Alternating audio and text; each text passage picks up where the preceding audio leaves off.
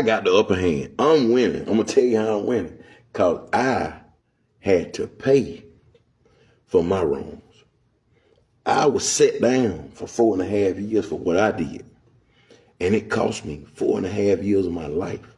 See, the reason why I have the upper hand, why I feel as if upon release, I stand in the front of the line, not the back, because I have had 4.5 years to refocus and suffer for the crimes I committed mentally, physically, and spiritually, because it's a crime to go against what God has put inside of us. God has put something inside of us as individuals who know God. When you know Christ and you know God, he's put something in you because he called you out. He called you out as a person. And when he calls you out, you know that you are a part of what he has. So when you're a part of what Christ is and he's called you out, and then you act opposite of what he's put inside of you, then at that moment, you are outside of righteousness. And when you're outside of righteousness, which I was, I suffered my consequences. And I feel as if I get an upper hand because out there, the people who not getting caught, the people who are getting away with it, see, the sin that they're in and not being punished for it, they feel as if they can continue the little bitty sins.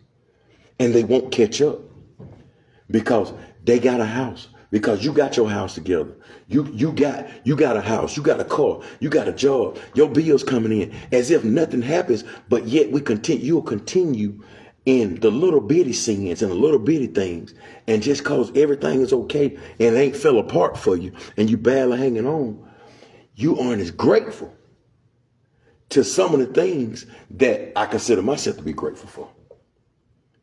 And I feel as if I have an upper hand because I am no longer sorry. I ain't sorry for nothing I done. All my failures, all the drugs I did, all the stealing, I'm not sorry for none of it.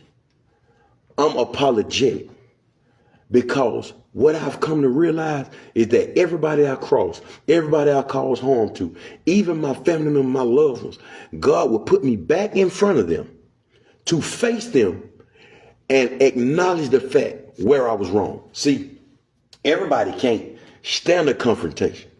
And when I say confrontation, I ain't talking about going back and forth. I'm speaking about when you wrong and you're in front of a person who you done wrong. Are you strong enough in your spirit to tell that person, I was wrong? We don't have to go into the issue of where I was wrong at or to go into the explanation, but you got to be able to face the accuser or the person you done wrong and be able to understand that it's a learning process right here. When you're wrong, you're wrong. You can try to dress it up and do all you want to, but when you're wrong, you're wrong. I said all that because a preacher came a couple of weeks ago and he gave out something and he said, sorry for what? He kept saying, sorry for what? Sorry for what? And it wasn't clicking to me when he was saying, sorry for what?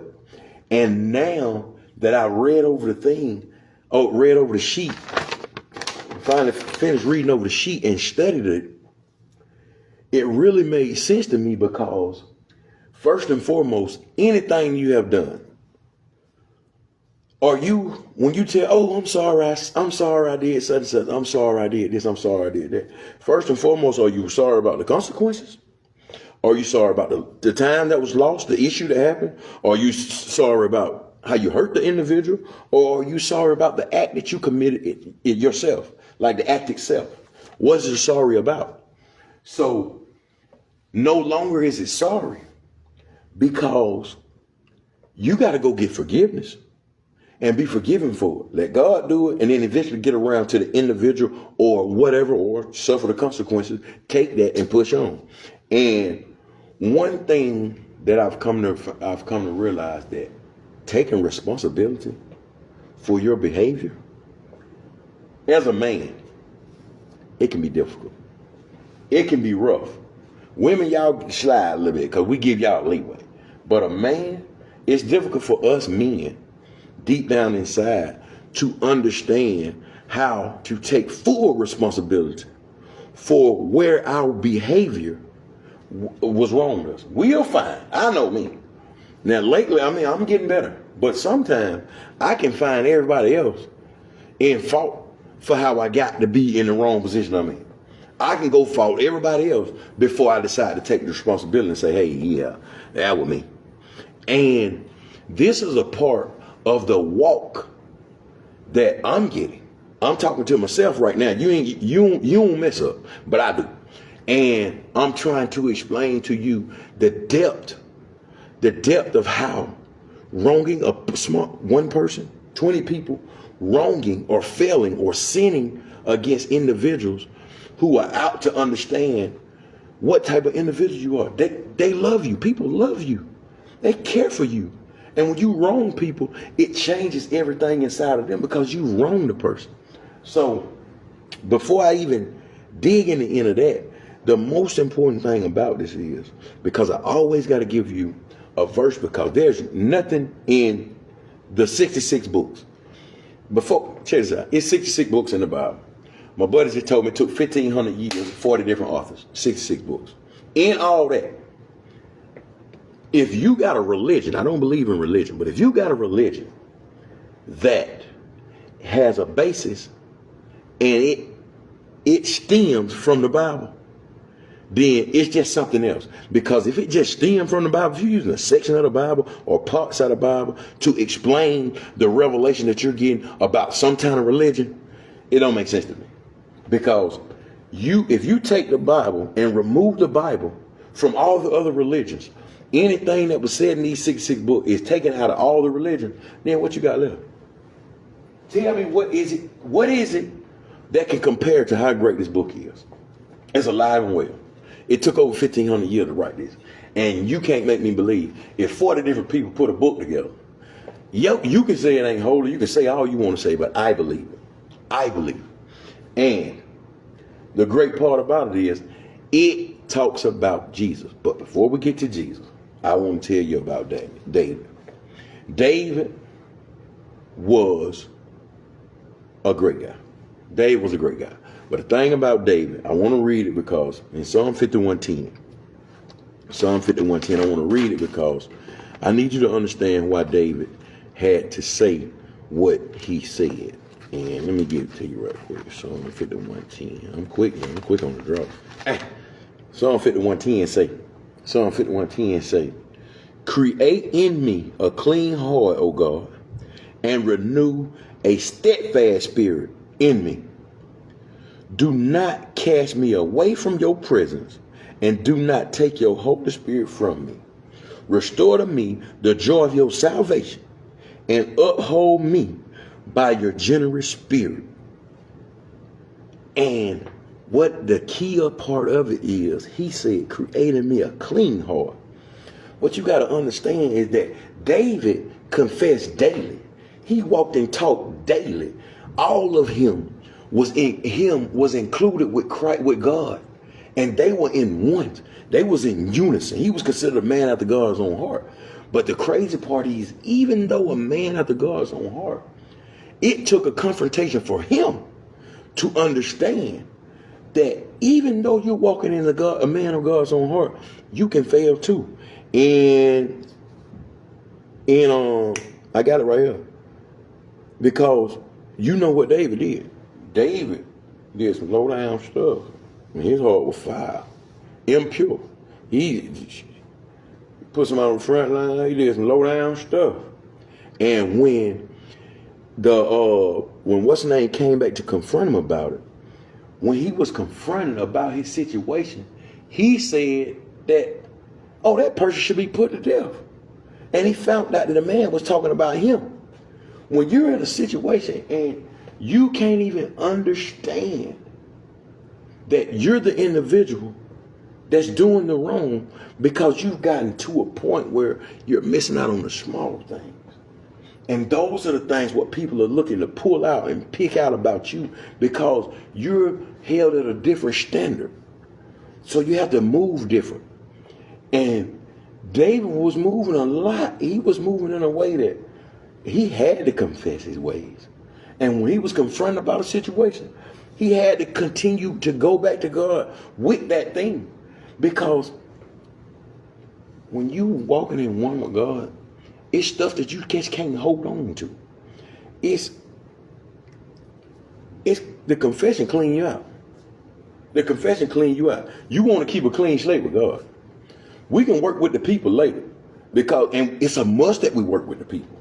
Because when I ain't feeling good, if I say something slick, upsetting to another person, then the 2 or 3 people who really vouch for me and think I'm a stand-up individual hear me say stuff like that. Then they look for, oh boy, oh, Chosen said such and such. Oh, Cho said this. Oh, Fat said this. Oh, Chris said this. And then they'll use the things that I've said to pick it apart and then make a whole nother story of it. And then once they do that, they switch it up. And next thing you know, I'm the worst person in the world. That's how it works. But your right standing with God and your confessions and your confrontation, that when you confront it by God and it pricks your heart, and you know that thing right there is in between you and God, and he can't see you because of the thing that you keep holding on to that he can't see. He is defiling you. So we have to understand that when we're in the wrong, or when we fail, or we fall short, it's as hard as it is, we got to be able to take full responsibility. We got to take full responsibility. When I was in the back of the police car, I said, man, whatever they got. I told the police, I said, man, whatever y'all got, man, you better go and get me now. Because when you let me go, I'm not going to be who I was. Because I was clean. I wasn't doing that. So when I told them, when you let me go, when they let me go, and they ain't let me go yet. I was supposed to left last month, but they ain't let me go yet. That's because he's not finished. He's not finished. So I've come to acknowledge what I did. I was dealing drugs, running around with guns, and doing all the stupid stuff that I considered in my mind to be a way of life and a way of living. And even though I was out the way, I was still in the way. And the drugs weren't even a big thing to me. It was just a lifestyle. And I've come to know the true God has always been in me, and I've always seeked it, but I stayed on the fence. I've come to take responsibility for my choices, and still do. I take responsibility. I messed up something at work the other day, and as soon as I dropped it, I took responsibility. Hey, man, I dropped such and such, man. Hey, I'm going to go and get it up. And it felt different. It was like, dang, I could have just covered it up. I could have hid the thing, hid the whole pallet, put it up, or dumped it. I could have done anything, but I didn't cover it up. And that to me was growth, because it's like I could have got away with that, but I didn't. So I'm finding a great thing in taking responsibility. Lying. Like, it's weird to me now. Like, I'm growing to a place where I don't want to make nothing up.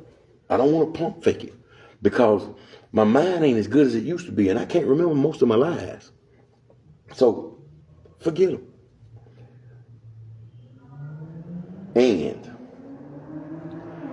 I'm owning the mindset. I'm owning the mindset. I own my mindset. I'm not letting things veer into my mindset and throw me off.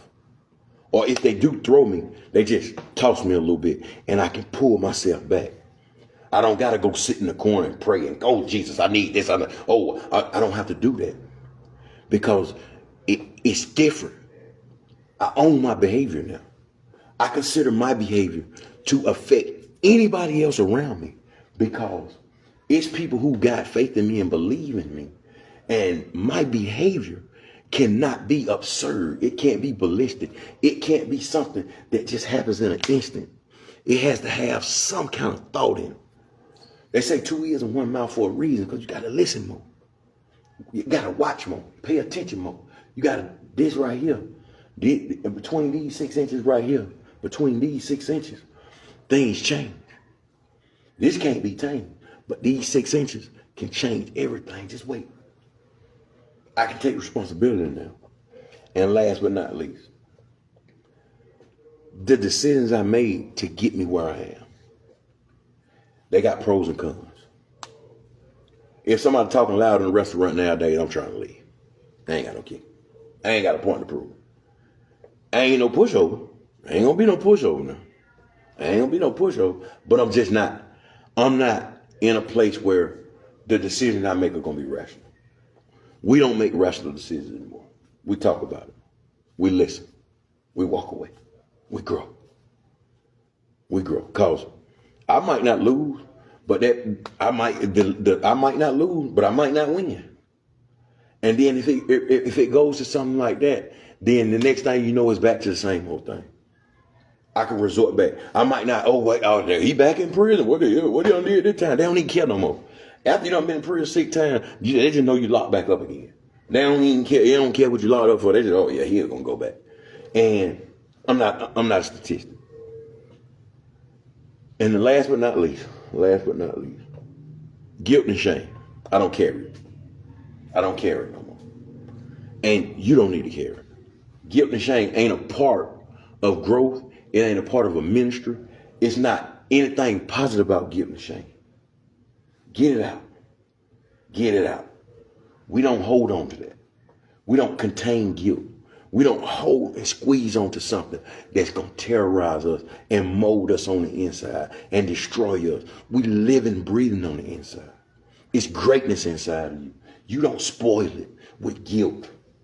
You don't spoil it with shame from a past relationship or an argument or a person who put you in a bad position or anything like that. We do not cherish any of that. We give it to God. Let him have it. Because more than anything, what we want most is restoration. Christ came for redemption and restoration. That's what he come to do, to restore us to back to where we need to be. And that's where we go. I'm so appreciative about being able to, I can't not do this. A guy came and said this day, he said, man, there's a fire in you, boy. You can't help it. I sometimes my words get a little H and D and S word, and because I be putting emphasis on what I really, really feel, because I'm compassionate about what can happen next, because my life depends on it. My life depends on it. And not just my life, but everybody who I have a personal love for and affection that's in my circle. If you've been here with me, if you've been through the fire with me, if you've watched my life, you mean something to my walk. So when people say, hey, thumbs up, or love had a heart, that you don't understand what that means to my walk, because I cherish that. That's why I try to go back and heart back, because it's a part that we have to continue to build each other up, and we have to grow. So when you tell me keep doing what I'm doing, I'm going to keep doing. I can't not. Because it's not even about a listener, a viewer, a like. It's not about none of that.